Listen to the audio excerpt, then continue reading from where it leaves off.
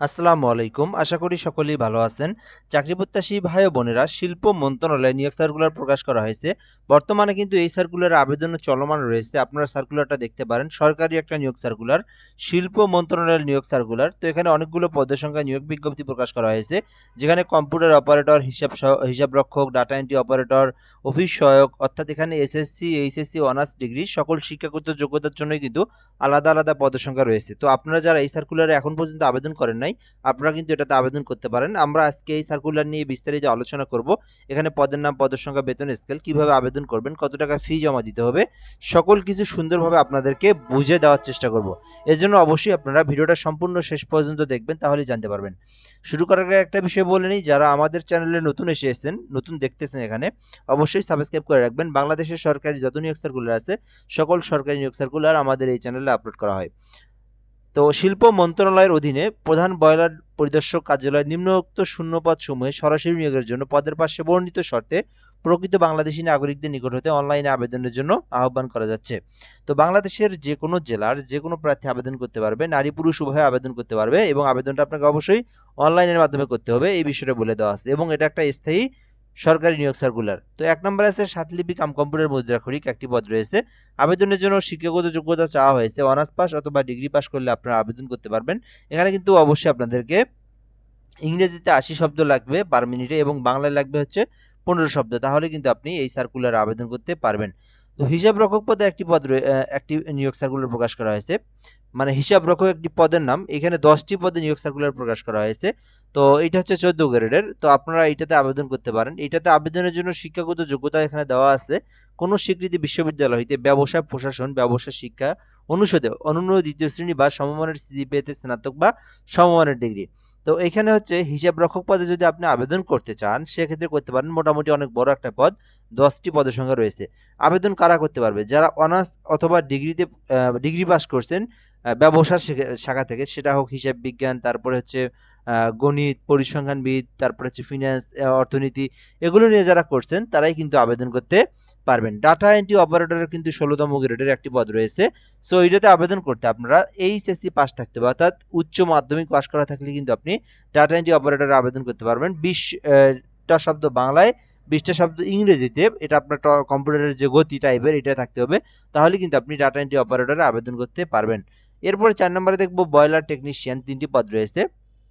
তবে এক্ষেত্রে আবেদনের জন্য এইচএসসি বিজ্ঞান শাখা থেকে আপনাদেরকে পাস করতে হবে। যারা এইচএসসি সায়েন্স নিয়ে লেখাপড়া করছেন তারা কিন্তু বয়লার টেকনিশিয়ান ৩টি পদের এটাতে আবেদন করতে পারেন। ৫ নম্বর আছে ড্রাইভার, ১৬তম গ্রেডের ২টি পদ রয়েছে। যারা অষ্টম শ্রেণী পাস করছেন এবং ড্রাইভিং লাইসেন্স আছে, অর্থাৎ যাদের ড্রাইভিং লাইসেন্স আছে এবং পাশাপাশি মিনিমাম অষ্টম শ্রেণী পাস করা আছে, তারা কিন্তু ড্রাইভার পদে আবেদন করতে পারে। ৬ নম্বর আছে অফিস সহায়ক, নবম গ্রেডের। শুধুমাত্র এসএসসি পাশে আবেদন করা যায়। জাস্ট এসএসসি পাস করছেন তাহলে আপনি অফিস সহায়ক পদে আবেদন করতে পারেন। এখানে কিন্তু আপনার শুধুমাত্র এসএসসি পাশে আবেদন করা যাবে, আলাদা কোনো অভিজ্ঞতার কথা বলা নেই। তো এখানে আপনি আপনার শিক্ষাগত যোগ্যতা অনুযায়ী যে পদে আবেদন করতে ইচ্ছুক সেই পদে আপনি আবেদন করতে পারবেন। আচ্ছা, এখন আমরা দেখব এখানে আবেদনের জন্য কিছু বিষয় দেওয়া আছে। আবেদন করতে মাস্ট বি আপনার বয়সটা থাকতে হবে ৩২-এর নিচে, অর্থাৎ ১৮ হতে ৩২ বছর। এই যে ১/১২/২০২৫ সাল থেকে যদি দেখেন, আপনার মাইনাস করে যদি দেখেন আপনার ১৮ বছর হয়েছে এবং ৩২ বছরের মধ্যে আছে, দেন আপনি আবেদন করতে পারবেন। তো এই আবেদনটা কত তারিখ পর্যন্ত করতে পারবেন, এটা যদি এখানে আপনাদেরকে দেখানোর চেষ্টা করি, ২৫ জানুয়ারি পর্যন্ত, অর্থাৎ এই যে জানুয়ারি মাসের ২৫ তারিখ পর্যন্ত সময় রয়েছে, এর মধ্যে আপনাদেরকে আবেদন করতে হবে। কিভাবে আবেদন করবেন? নিজেরা যদি আবেদন করেন, নিজেদের ল্যাপটপ, কম্পিউটার, পিসি থেকে থাকে, সো সেক্ষেত্রে boilerteletalk.com.bd এই ওয়েবসাইটে প্রবেশ করবেন এবং আপনারা ফর্ম পূরণ করে আবেদনটা সাবমিট করতে পারেন। চাইলে আপনি আমাদের মাধ্যমে আবেদন করে নিতে পারবেন। সেক্ষেত্রে আমাদের হোয়াটসঅ্যাপ নাম্বার দেওয়া আছে 017758303120, 017758303120। এই নাম্বারে হোয়াটসঅ্যাপে এসএমএস করবেন, তাহলে কিন্তু আপনি আমাদের মাধ্যমে ঘরে বসে নির্ভুলভাবে আবেদনটা করে নিতে পারবেন। ওকে, এরপর আমরা এখান থেকে দেখব এই সার্কুলারে আপনারা ২৫ তারিখ পর্যন্ত কিন্তু আবেদন করতে পারবেন, এবং আমরা দেখব কত টাকা ফি জমা দিতে হবে। তো আপনারা জানেন সরকারি চাকরির কিন্তু গ্রেড অনুযায়ী ফি জমা দিতে হয়। তো ১ নাম্বার হতে ৫ নাম্বার পর্যন্ত ক্রমিকের মধ্যে যদি কেউ আবেদন করেন, সেক্ষেত্রে আপনাদের পেমেন্ট ফি দিতে হবে ১১২ টাকা। 2টা এসএমএস সহ প্রায় 120 টাকায় এখানে খরচ হবে।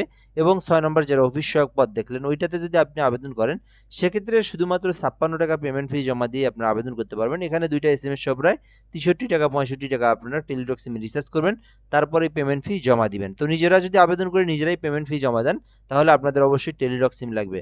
আর যদি অন্য কোথাও থেকে আবেদন করে নিতে চান, সেক্ষেত্রে ওনাদের নিজেদের টেলিটক সিম দিয়েই পেমেন্টটা করে দিতে পারবে।